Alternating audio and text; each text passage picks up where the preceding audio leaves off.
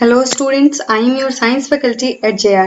जैसा कि आप लोग को पता है, हम लोग क्लास 8 के स्टूडेंट्स के लिए वीडियो सीरीज कर रहे थे जिसमें हम लोग क्लास 8 के स्टूडेंट को पियर्सन के बुक का चैप्टर फर्स्ट करवा रहे थे।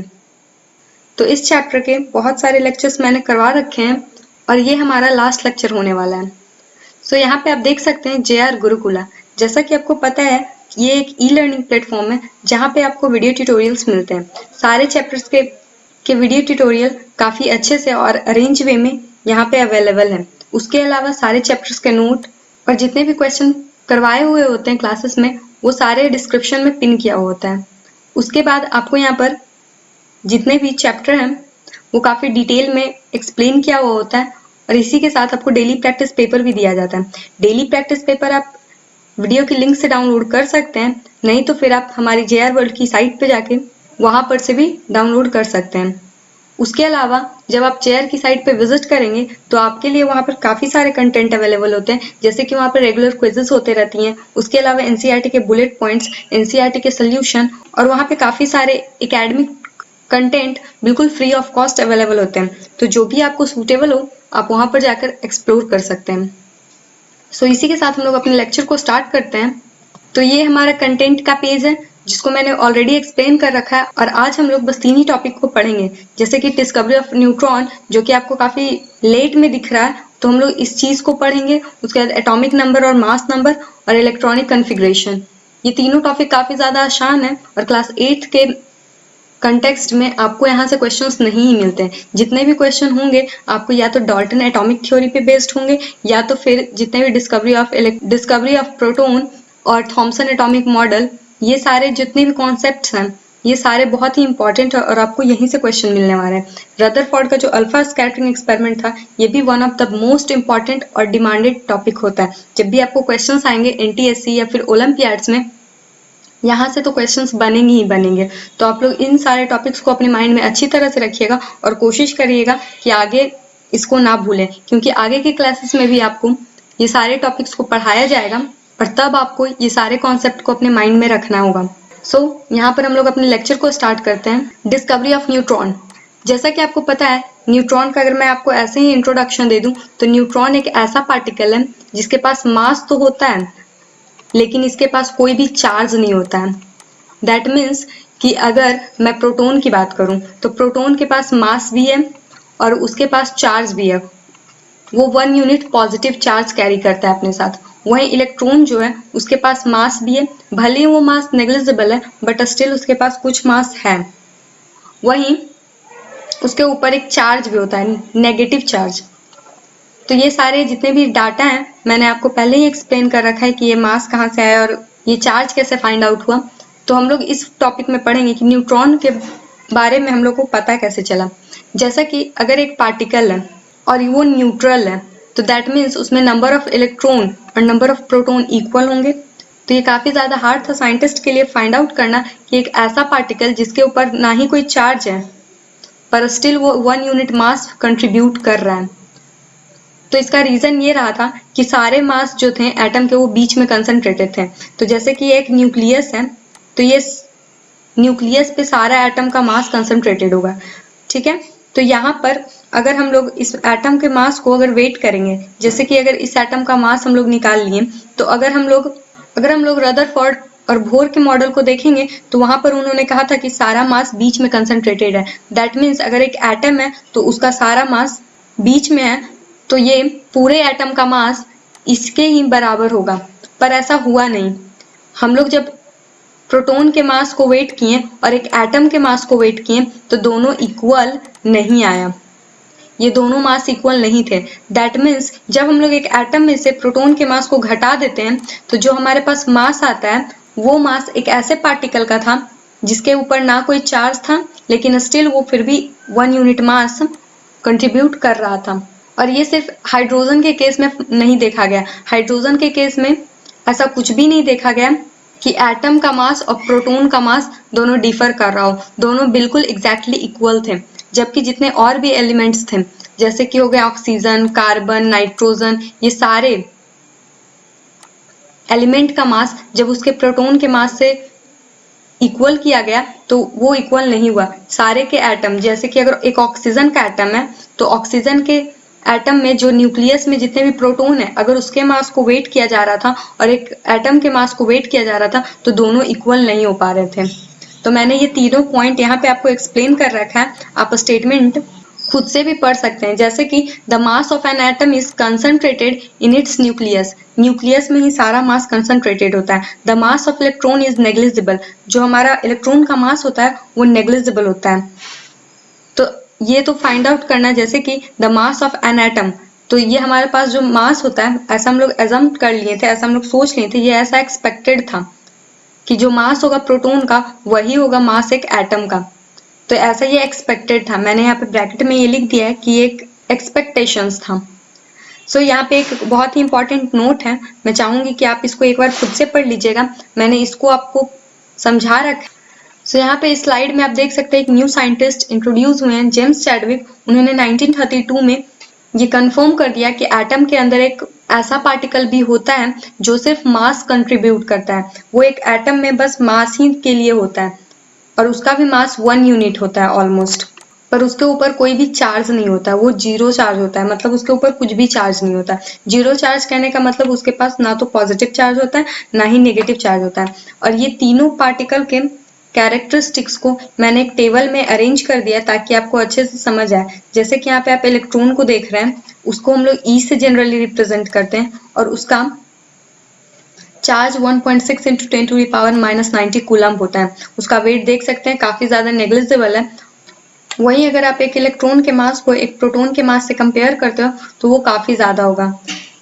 उस पर 1 यूनिट पॉजिटिव चार्ज होता है और वहीं न्यूट्रॉन के ऊपर कोई भी चार्ज नहीं होता है, इसीलिए यहाँ पर जीरो लिखा गया है। पर उसके पास मास होता है, वो मास कंट्रीब्यूट करता है ऑलमोस्ट 1 यूनिट मास, ये भी कंट्रीब्यूट करता है।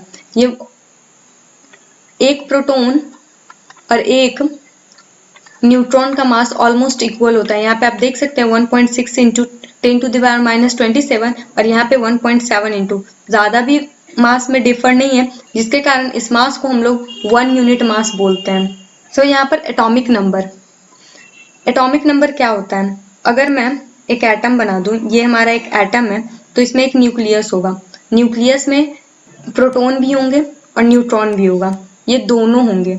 और उसके अलावा इलेक्ट्रॉन वो तो बाहर होगा। तो जितने भी हमारे न्यूक्लियस में नंबर ऑफ प्रोटॉन होते हैं उतने ही हमारे एटॉमिक नंबर होते हैं। दैट मीन्स अगर एक एटम में 5 प्रोटॉन है और 5 न्यूट्रॉन है तो इसका एटॉमिक नंबर 5 होगा। वहीं इसका मास नंबर अगर देखा जाए तो आपको भी पता है न्यूक्लियस का ही मास पूरे एटम का मास होता है। तो इस एटम में 5 प्रोटॉन है तो मैं 5 प्रोटॉन लिख देती हूँ और 5 प्रोटॉन के अलावा मैं इसमें 5 न्यूट्रॉन का भी मास ऐड कर देती हूँ। तो यहाँ पे हम लोग को जो रिजल्टेंट मास मिलेगा वो ऑलमोस्ट 10 यूनिट मास मिलेगा और यही एटॉमिक मास होता है। तो मैं ऐसा एक्सपेक्ट कर सकती हूँ कि आपको ये दोनों कॉन्सेप्ट काफी अच्छे से समझ आया होगा। मैं एक बार इस स्टेटमेंट को पढ़ देती हूँ ताकि आपको क्लियरिटी मिल जाए। और हम लोग जनरली एटॉमिक नंबर को Z से डिनोट करते हैं और मास नंबर को A से डिनोट करते हैं। तो ऐसा हम लोग फिजिक्स में इसलिए करते हैं, जैसे कि आप डिनोट तो खुद से भी कर सकते हो, लेकिन हम लोग कहीं पे भी A या Z लिखा होता है तो हम लोग उससे तुरंत ही समझ जाते हैं कि ये एटॉमिक नंबर है और ये मास नंबर है। So the number of proton present in the nucleus of an atom is called its atomic number and it is denoted by the letter Z. तो मैंने आपको बता दिया कि एक न्यूक्लियस में जितना भी प्रोटॉन रहे, जितना भी नंबर ऑफ प्रोटॉन रहे, उसको हम लोग एटॉमिक नंबर बोलते हैं। और एक एलिमेंट का कभी भी नंबर ऑफ प्रोटॉन चेंज नहीं हो सकता। अगर आप एक एटम लेते हैं और उसमें 6 प्रोटॉन है तो उसका एटॉमिक नंबर 6 होगा और ये जो 6 है वो कभी बदलेगा नहीं।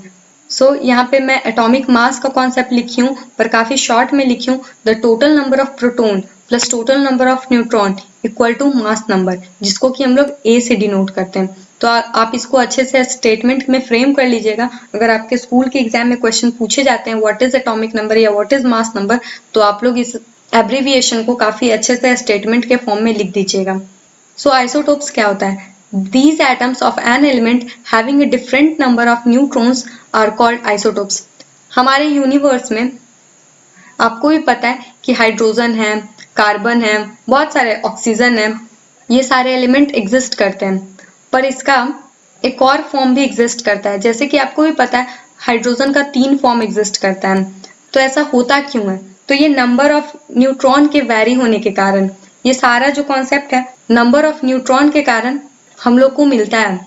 क्योंकि जैसे कि आपको पता है अगर हाइड्रोजन के फर्स्ट फॉर्म की बात की जाए तो उसका एटॉमिक नंबर 1 होता है और मास नंबर भी 1 होता है, जबकि हाइड्रोजन का सेकंड फॉर्म एटॉमिक नंबर, क्योंकि ये हाइड्रोजन है तो इसका एटॉमिक नंबर हमेशा सेम रहेगा। हाइड्रोजन का यहाँ पे मैं एक और हाइड्रोजन ले लेती हूँ और इसका एटॉमिक नंबर 1 है, जबकि मास नंबर 2 और यहाँ पर 3।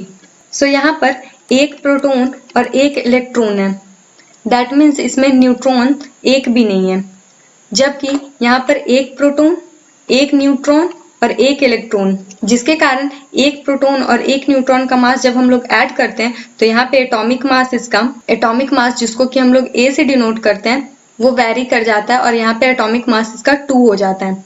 वहीं यहाँ पर एक प्रोटॉन, क्योंकि इसका एटॉमिक नंबर 1 है तो एक प्रोटॉन, एक इलेक्ट्रॉन और 2 न्यूट्रॉन होने के कारण इसका एटॉमिक मास 3 हो जाता है। तो इसी तरह से जितने भी और भी एलिमेंट्स हैं जैसे कि कार्बन 12 और कार्बन 14, ये नंबर ऑफ न्यूट्रॉन के वेरी होने के कारण हमारे यूनिवर्स में एग्जिस्ट करते हैं। सो यहाँ पर मैंने आपको एग्जाम्पल्स भी क्लियर कर दिए, और भी बहुत सारे एग्जाम्पल्स हैं, आप ट्राई कीजिएगा खुद से फाइंड आउट करने का, क्योंकि अगर आप जितना फाइंड आउट करेंगे उतना ही आपके माइंड में वो सारे कॉन्सेप्ट पेनिट्रेट हो जाएंगे। और हमारे जेआर के साइट पे तो ये सारे इन्फॉर्मेशन अवेलेबल है, अगर आप जेआर की साइट पे जाके ये सारे चीज को पढ़ना चाहते हैं वहां पे भी आप पढ़ सकते हैं। देन हमारा सेकंड कॉन्सेप्ट है रिलेटेड टू आइसोबार्स। आइसोबार्स क्या होता है?